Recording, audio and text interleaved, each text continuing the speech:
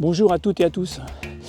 Donc là, vous allez pouvoir suivre le 3e épisode qui m'emmène du Puy-en-Velay jusqu'à Saint-Jean-Pied-de-Port, qui va être le dernier tronçon du chemin de Compostelle français. Ensuite, il y aura un prochain épisode qui fera tout le Camino Frances, donc de Saint-Jean-Pied-de-Port jusqu'à Saint-Jacques-de-Compostelle, puis Finistère. Voilà, je vous souhaite une bonne petite lecture et puis n'hésitez pas à liker, à commenter, à partager et puis à la prochaine. Salut les amis.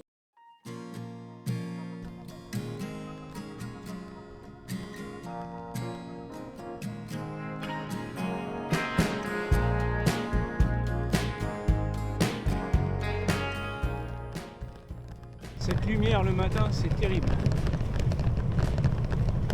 C'est terrible. Là, je suis au bord du Lot. Et par contre, je suis sur le mauvais versant. Et ce matin, ça caille. Ça fait très froid. Il y a un peu de soleil de temps en temps, mais je suis pas. Et les arbres, ça chauffe pas trop, quoi. Bon, il est que quoi, 9h30.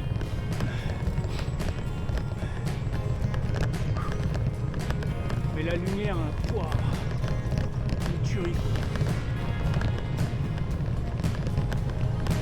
Ah, un peu de soleil.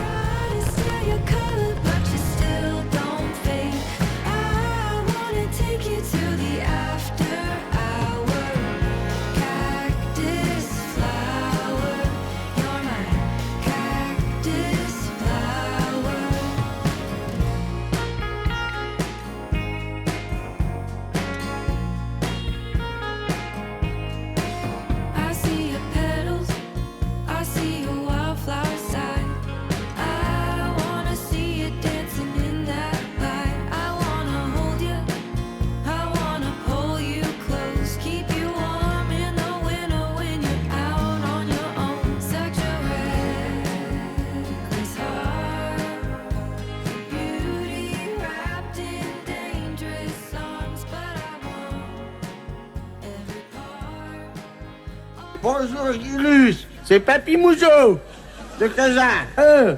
Est-ce que le chili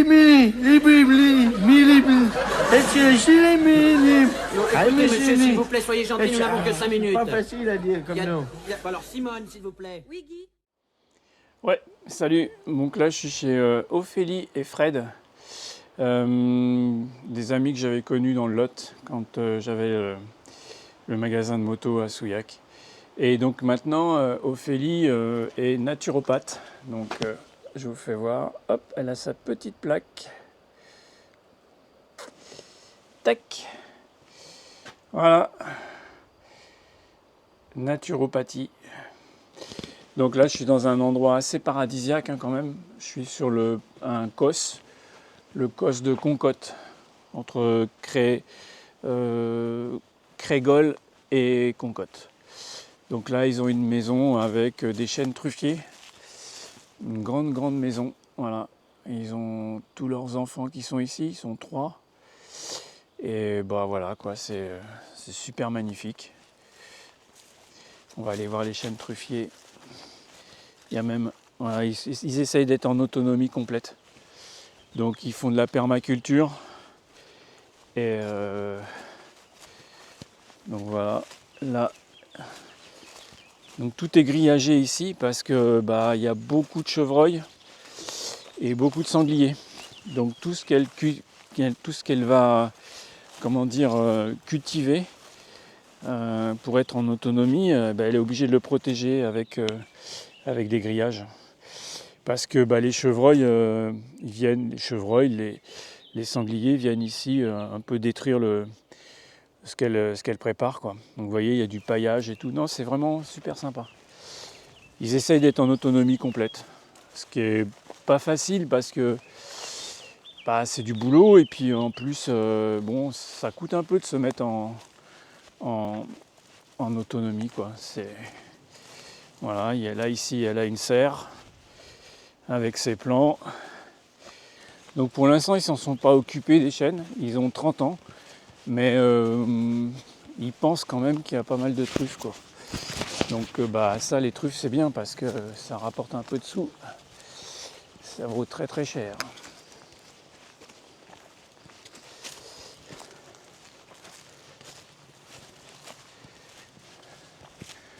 On va aller voir ça au fond.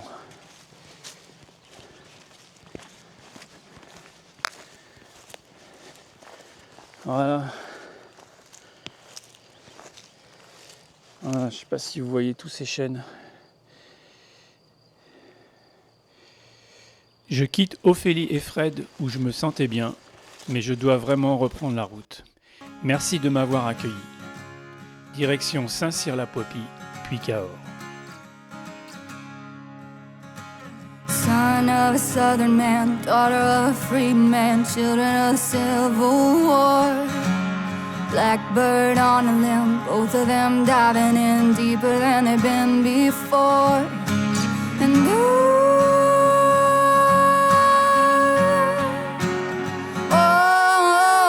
down a red dirt path, covering their tracks, strangers in the light of day. Can't fight it, can't stop, and if they get caught, it's gonna be hell to pay. So baby, meet me down by the Roanoke River, where the cool dark water meets the full moonlight. If we can sneak away, maybe we could be together. Can't nobody stop love tonight.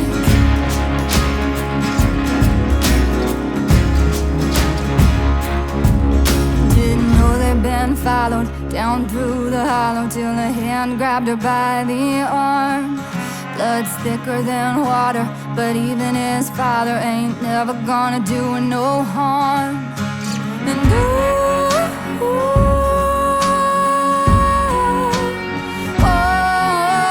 whiskey on his breath, they were scared to death, and he was meaner than the devil himself. It was him or them, and you can call it a sin, but the Roanoke River won't tell. So baby, meet me down by the Roanoke River, where the cool dark water meets the full moonlight. If we can sneak away, maybe we could be together. Can't nobody stop love tonight.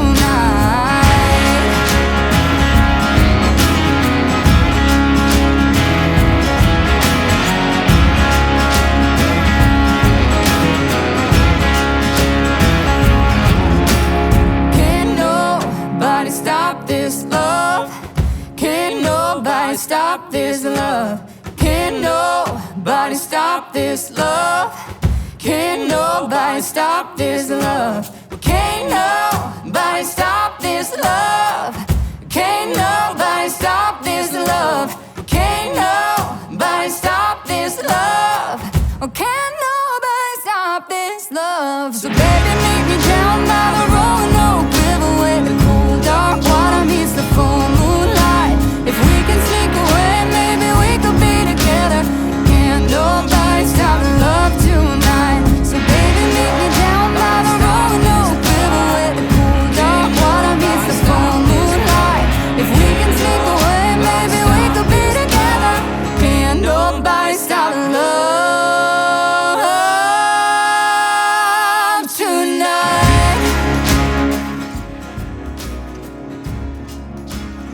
Le pont Valentré, également appelé pont du Diable, est un pont fortifié du XIVe siècle franchissant le Lot à l'ouest de Cahors. Il représente avec ses 3 tours fortifiées et ses 6 arches précédées de becs aigus un exemple de l'architecture de défense du Moyen-Âge. Le pont Valentré est classé au titre des monuments historiques par la liste de 1840 et depuis 1998 au patrimoine mondial de l'UNESCO au titre des chemins de Saint-Jacques de Compostelle en France. De Cahors, je poursuis ma route jusqu'à Lozerte, où je passerai la nuit dans une yourte.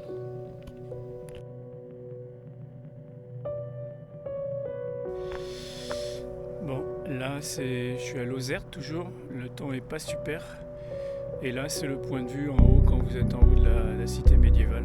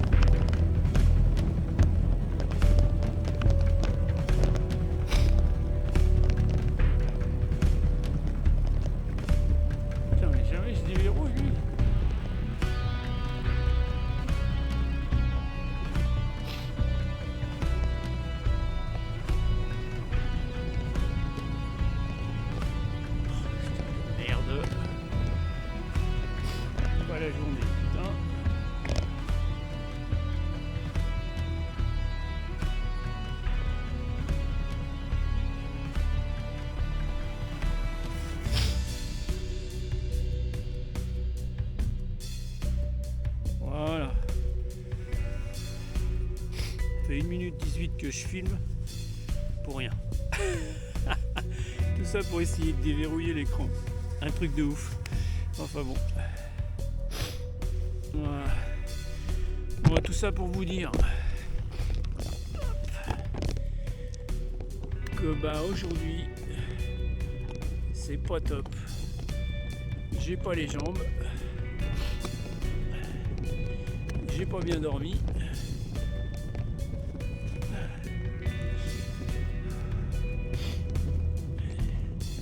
J'ai froid.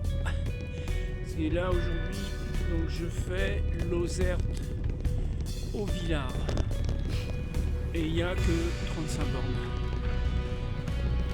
Parce que je ne vais pas faire plus aujourd'hui, parce que je suis cuit. J'ai pas de jambes.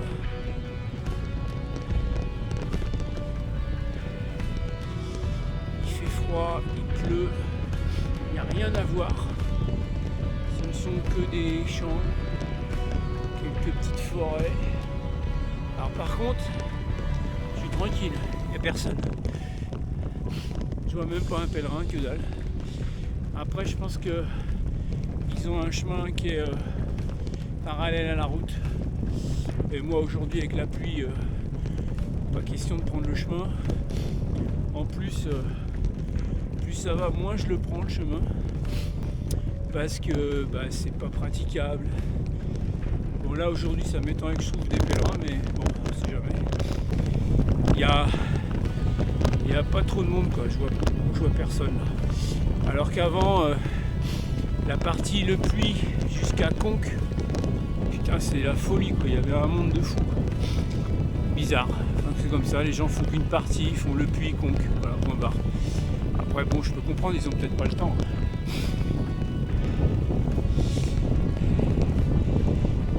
Ouais, donc j'ai dormi dans une yourte, elle était bien la yourte, mais j'avais pas de chauffage, donc j'ai caillé grave quoi. Et puis le camping sympa, tout bien, le mec il m'a fait un bon petit repas ce matin, j'ai eu un bon petit déjeuner, tout complet, bien propre. Et puis après je suis monté à Lozerte, j'ai été voir un peu là-haut la cité médiévale, qui est très sympa d'ailleurs.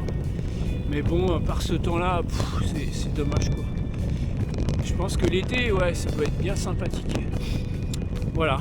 Donc là, je vais essayer de relier au Villard. Ouais, il y a 35 bornes, c'est nul, mais bon. Il y a des fois quand t'es pas bien, c'est pas la peine d'insister quoi. Et donc je vais me battre un petit peu avec les éléments, la pluie, le vent, il y en a un petit peu. Mais il est gelé quoi, il est froid, je sais pas, il fait 10 degrés quoi, tout cassé.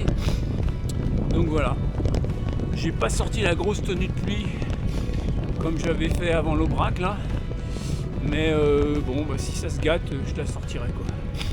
Voilà, allez, je continue ma route et puis j'essaierai de vous reprendre au Villard.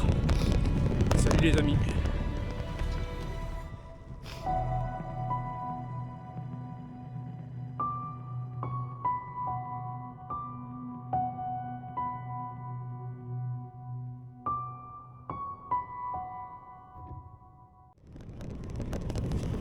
Hello.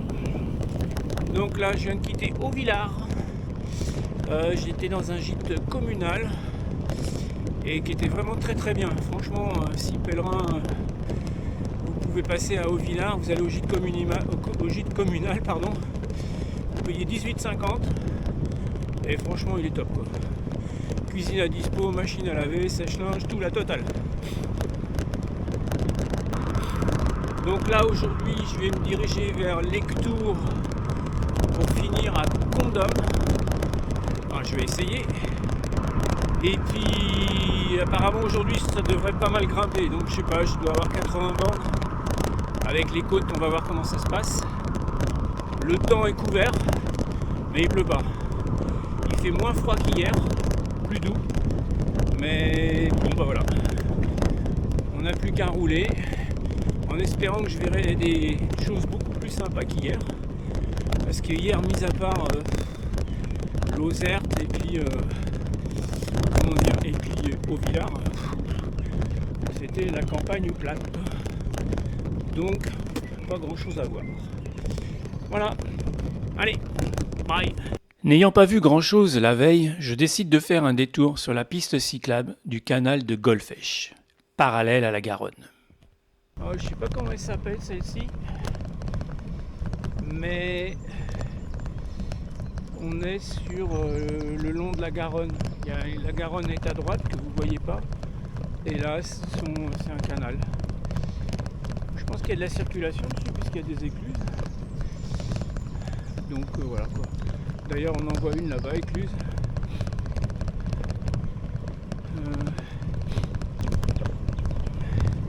Là justement ils sont en train de passer des bateaux là.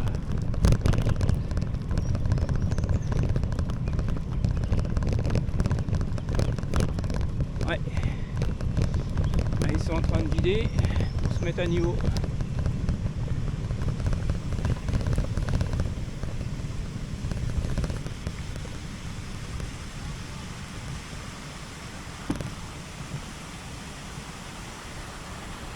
Voilà, ils passent là. Voilà, ils vont passer de l'autre côté. On va essayer de les suivre un peu.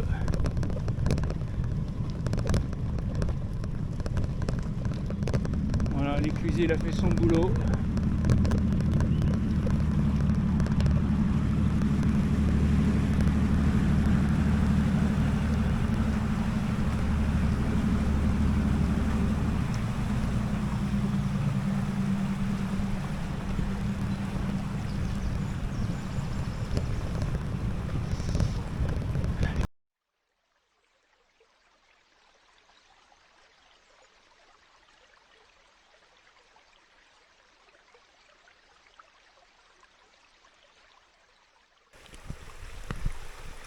Parfois, voire même souvent, le chemin de Compostelle s'avère difficile en vélo.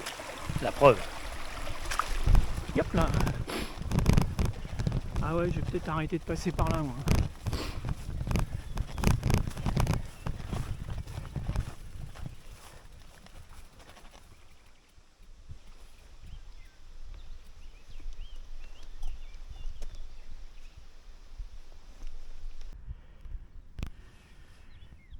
Voilà ce que je vois toute la journée. Des champs, des champs, des champs et encore des champs. Donc là, je viens de quitter Lectoure. Mais là, je pense qu'il y a beaucoup de pèlerins qui se sont arrêtés. Enfin, des pèlerins marcheurs, pas des pèlerins cyclistes. Bah, Lectoure est derrière le bosquet là, donc vous le verrez pas. On peut peut-être l'apercevoir. Ouais. C'est une citadelle. Voilà. Et puis là, bah, je vais par là. Voilà. Direction Condom. J'ai encore une vingtaine de kilomètres. Puis je pense que je vais me poser après.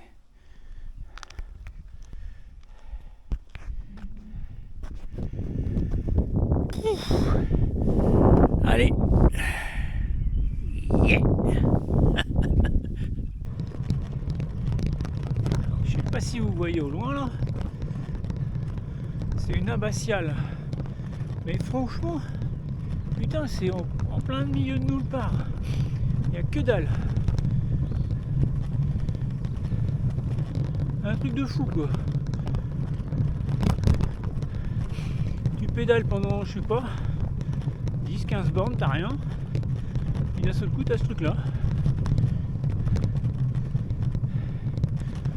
Bon, je vais m'arrêter de faire une photo quand même.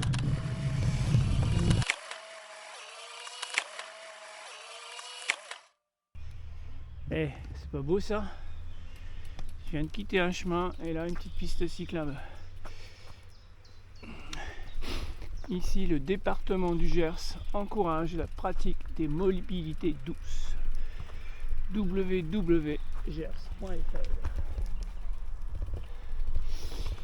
Eh ben écoutez, on va profiter pour faire un petit arrêt. Hop. Et puis je vais vous raconter ce que j'ai vécu à Condom. Donc hier, je me suis arrêté à Condom. Et donc là, je vais en direction de Aire-sur-Adour.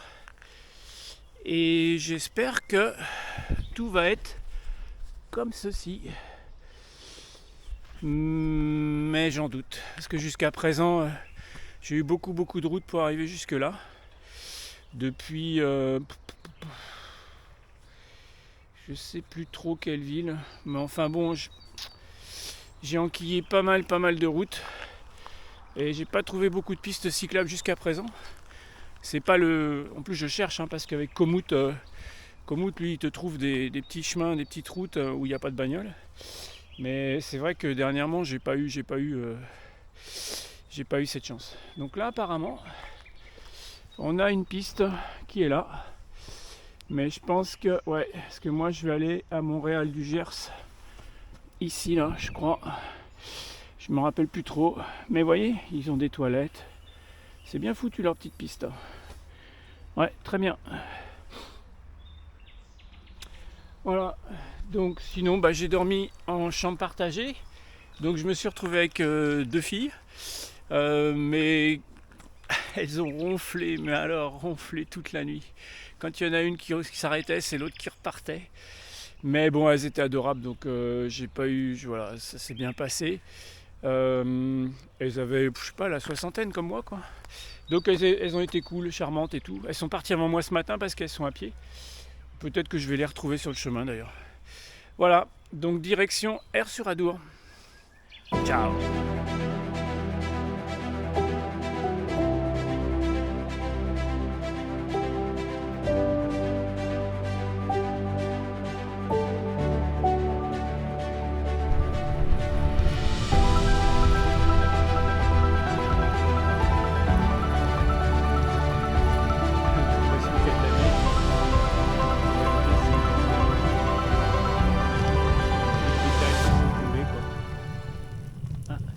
On va être prudent. Ok. Cool.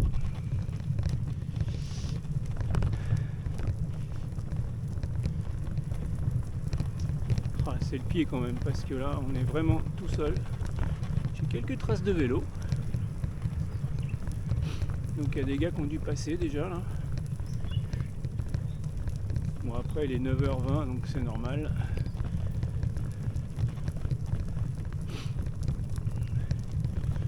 Là c'est vraiment la balade bucolique quoi. Putain, top. Bon, pause déjeuner.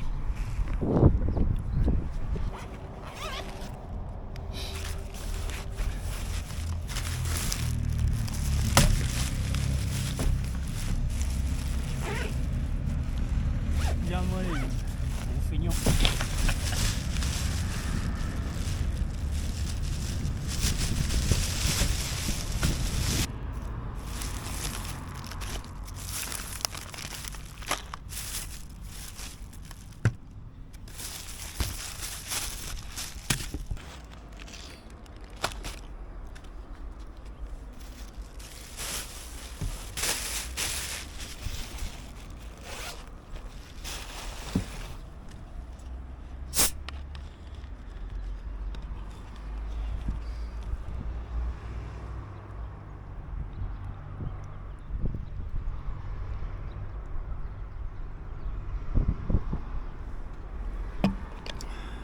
Ouais, torcher la boisson des Américains.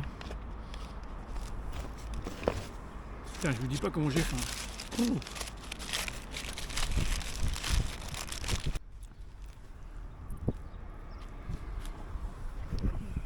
Bon, je sais pas trop où je suis. On essaie de regarder un peu quand même.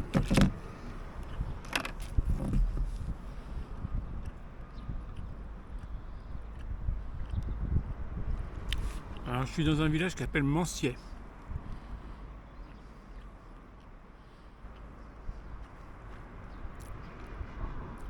Oh putain, je suis déjà arrivé. Oh le con. Bon je croyais que j'étais à la ramasse. Et puis il me reste pas grand chose. Oh c'est cool. Alors pour vous dire quand même que j'ai emprunté ce matin une piste cyclable qui partait de Condon. Et je disais que c'était magnifique et tout, que c'était vraiment bien qu'il y ait une piste cyclable. Et ils ont dû faire cette piste avec, comment dire, une ancienne voie de chemin de fer, parce qu'il y a plein de petites gares qui ont été rachetées par des particuliers. D'ailleurs, c'est un bon plan, ça. Les mecs, ils sont bien planqués. Et du coup, cette piste cyclable, elle est géniale, parce qu'elle m'a emmené pendant au moins, au moins 20 bornes, quoi. Ouais, 20 bons kilomètres. Mais le problème, c'est que ils construisent des pistes cyclables comme ça sur des anciennes voies de chemin de fer, mais ils les entretiennent pas. Alors du coup, il y a de la mousse, parce que comme il y a quand même des arbres, c'est assez ombragé, c'est vraiment sympa. Ils ont mis des bancs, il y a de quoi poser ton vélo, tu peux pique-niquer, c'est vraiment génial. Sauf que ils vont pas jusqu'au bout des choses, quoi. C'est vraiment dommage, quoi. Moi, j'adore les pistes cyclables, mais j'ai encore crevé. Donc, à chaque fois que je crève, c'est sur une piste cyclable. Donc, j'en déduis que c'est bien de faire des pistes cyclables, mais ça serait quand même beaucoup mieux de les entretenir. Parce que franchement, il y a des fois, tu as l'impression qu'ils ne sont pas passés là, la balayeuse ou je ne sais quoi, ils ne sont pas passés là depuis au moins 4 ou 5 ans, tellement il y a de la mousse, tellement il y a des ouais. Alors ils coupent les arbres qui tombent, ça ok, donc ils doivent passer, mais ils n'entretiennent pas. C'est dommage, c'est vraiment dommage parce que j'adore ça, je trouve ça une bonne idée, c'est génial de récupérer les chemins de halage pour les pistes cyclables, les anciennes voies de chemin de fer pour des pistes cyclables. Mais bon sang de bonsoir, entretenez-les, les pistes cyclables. Bon allez, je vous laisse, je vais continuer à bouffer.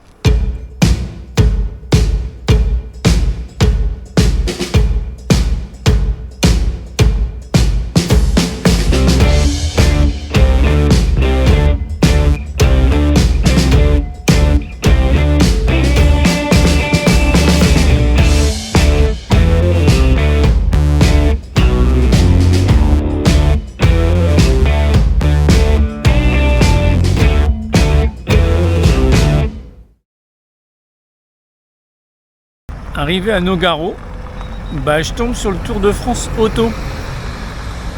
Donc je me suis arrêté, je me suis posé et puis je regarde passer les voitures. Il y a de vraiment belles bagnoles, putain. Donc je suis d'abord allé dans le parc où toutes les voitures, les voitures des spectateurs sont garées.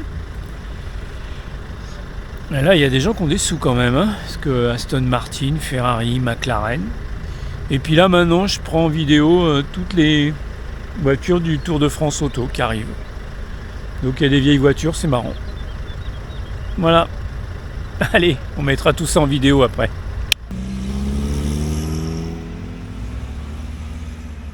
Nogaro, étape du Tour de France Auto 2024. Créé en 1899 par l'Automobile Club de France, le Tour Auto est la plus ancienne épreuve de compétition auto encore en activité. Il attire des marques mythiques comme Ferrari, Porsche, Jaguar, Mercedes, Maserati ou Matra. Dans les années 80, les contraintes économiques liées à la crise du pétrole affaiblissent l'épreuve et 86 voit se dérouler la 50e et dernière édition du Tour Auto, dans sa version d'alors, avant de renaître à partir de 1982. Sont admises toutes les voitures ayant participé au Tour de France Auto entre 1951 et 1973. Cette année, ce sont 300 concurrents qui sont répartis en 5 plateaux, regroupant les voitures d'une même catégorie parmi les deux proposées, régularité, numéro rouge de 1 à 149, et compétition, numéro noir de 150 à 300. En compétition, pour gagner, il faut cumuler les meilleurs temps lors des spéciales sur circuit ou route fermée. En régularité, les concurrents roulent sur les mêmes circuits, mais à leur propre rythme. Pendant 3 tours, l'objectif est de s'approcher le plus possible du temps de référence établi sous régime de drapeau vert.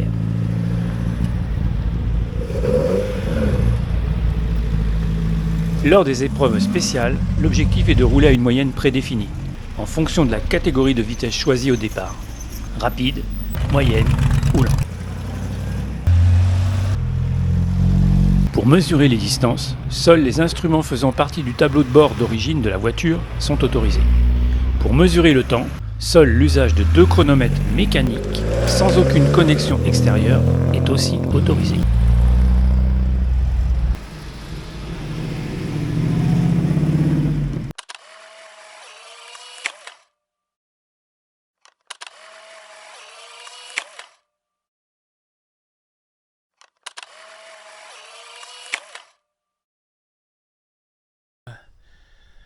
Aujourd'hui j'ai eu une journée dure, pénible.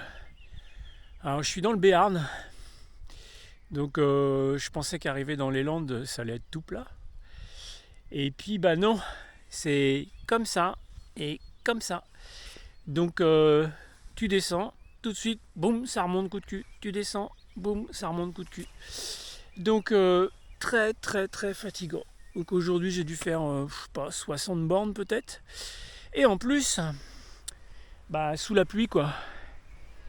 Donc là, je viens d'enlever la veste du haut. Et comme vous pouvez voir, hop, je suis tout en jaune, des pieds à la tête. Voilà. Donc ce qu'il y a de bien, c'est que j'ai aperçu les Pyrénées au loin, parce que vu le temps, et là on commence à avoir un ciel bleu. Mais je viens de le voir à l'instant quoi. Je sais pas quelle heure il est. Ouais, il est 15h. Sinon le reste du temps, flotte. Donc là j'arrive à Arthez de Béarn. Donc je suis pas très loin d'Orthez. Mais je vais aller jusqu'à Masselin normalement. Allez, je me déshabille un peu et je continue. Ciao, salut. Donc là je suis avec ma caméra à main levée parce que il est cassé le truc. Ouais. Et donc du coup je vais faire une bricole, j'ai bien trouvé quelque chose. Ouais, il n'a pas résisté au mauvais état des routes et des chemins. Donc il a pété. Pourtant je l'avais amené au Kyrgyzstan sur la moto, il avait tenu quoi. Donc là je viens de quitter Orthez et puis je me dirige lentement vers Saint-Jean-Pied-de-Port parce que ce matin les jambes elles sont dures. On est dimanche, j'ai fait le plein de flotte, de boissons gazeuses et de bouffe, donc je vais m'arrêter tout à l'heure vers midi quoi. Et puis et puis voilà quoi, je vais prendre la route tranquillement. Là, pour l'instant ça monte pas, c'est assez sympathique. Il fait beau, il pleut pas. Mais putain qu'est-ce que j'ai les jambes dures. Une folie quoi. Oh. Ah ouais, hier avec la pluie et tout, je pense que ça va pas. Les cuisses, les genoux, tout ça, ça va pas aimer. Voilà, allez, je vous reprends à plus. Ciao.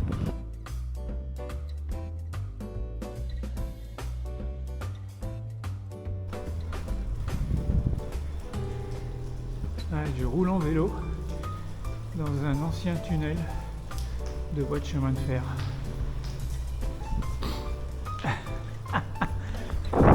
Le truc de ouf. On voit que dalle, mais bon. Putain, puis il est long en plus. Ah, ça y est, j'en vois le bout.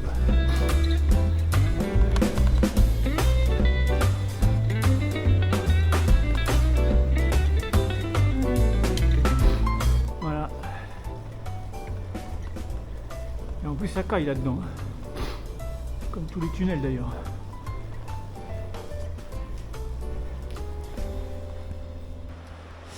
Bon, là je suis toujours sur la ligne de chemin de fer et je suis sur un pont qui traverse une rivière, je ne sais pas trop laquelle. C'est le Gave je sais pas quoi. Voilà. L'été ici ça doit être bien sympa parce qu'elle doit être bien fraîche. Voilà. Bon, je vais continuer tranquillement. C'est bien sympa. D'ailleurs, je suis pas le seul vélo aujourd'hui, c'est dimanche.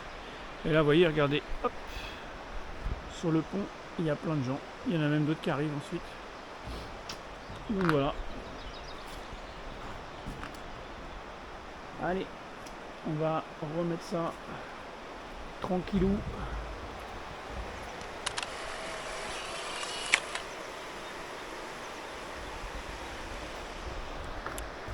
Et puis, prochaine vidéo, on va manger.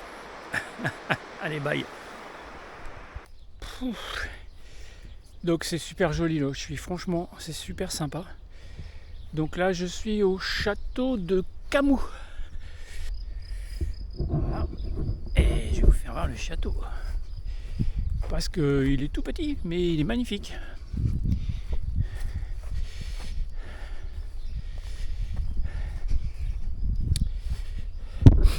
Éviter le contre-jour, c'est mieux.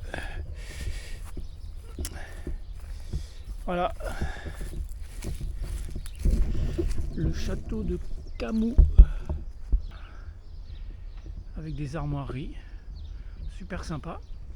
En plus, à côté, ils ont eu l'idée de mettre la mairie, qui est ici.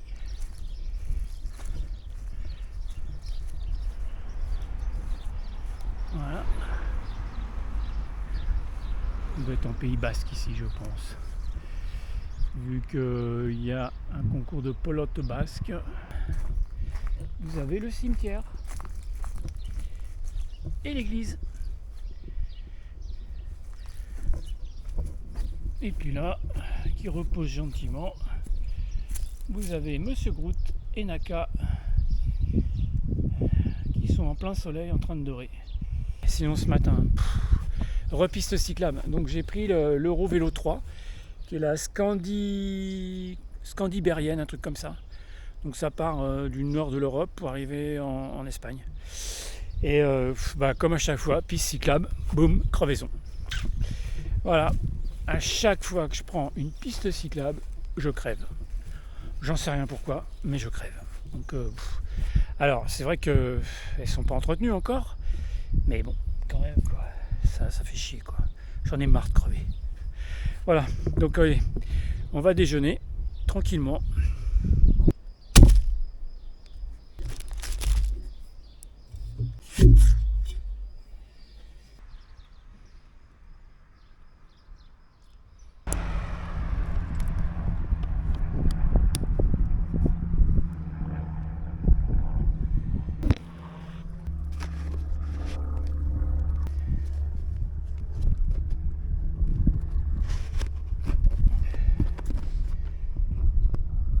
Hello.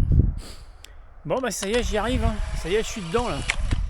Je suis pas très loin de Saint-Jean-Pied-de-Port, je pense, j'en sais rien, je sais pas combien de kilomètres. Enfin voilà, regardez.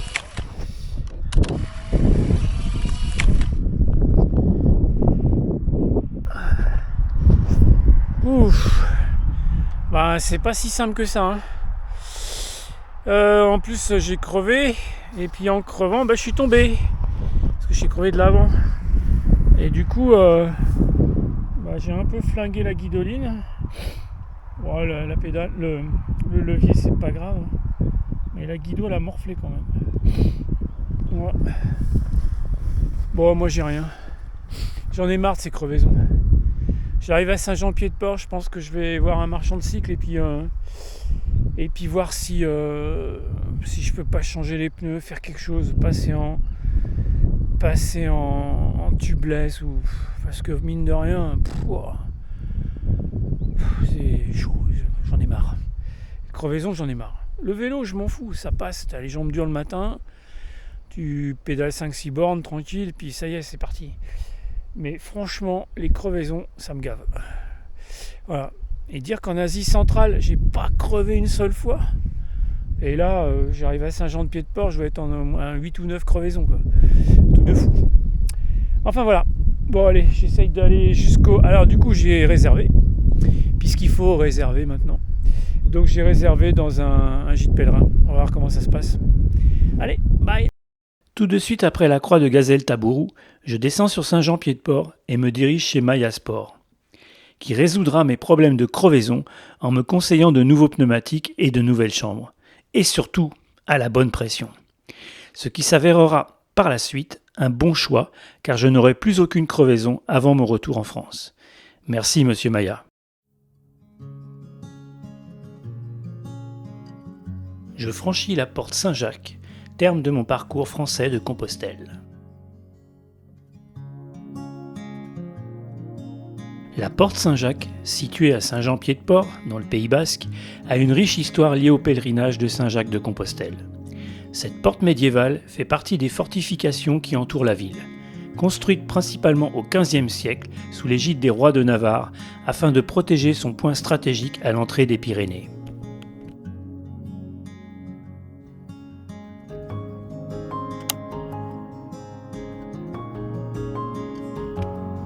Depuis des siècles, la porte Saint-Jacques est un symbole d'accueil pour les pèlerins. C'est par cette porte qu'ils entraient dans la ville afin de gravir le col de Roncevaux, l'un des passages les plus difficiles du chemin de Compostelle. Elle représente le dernier point de repos avant d'affronter les montagnes pyrénéennes. Aujourd'hui, la porte reste un témoignage vivant de l'histoire médiévale, des échanges culturels et spirituels, tout en attirant chaque année des milliers de pèlerins et de touristes. Je vous donne rendez-vous au prochain épisode, toujours sur le chemin de Compostelle, mais cette fois-ci en Espagne, sur le Camino Frances. À bientôt!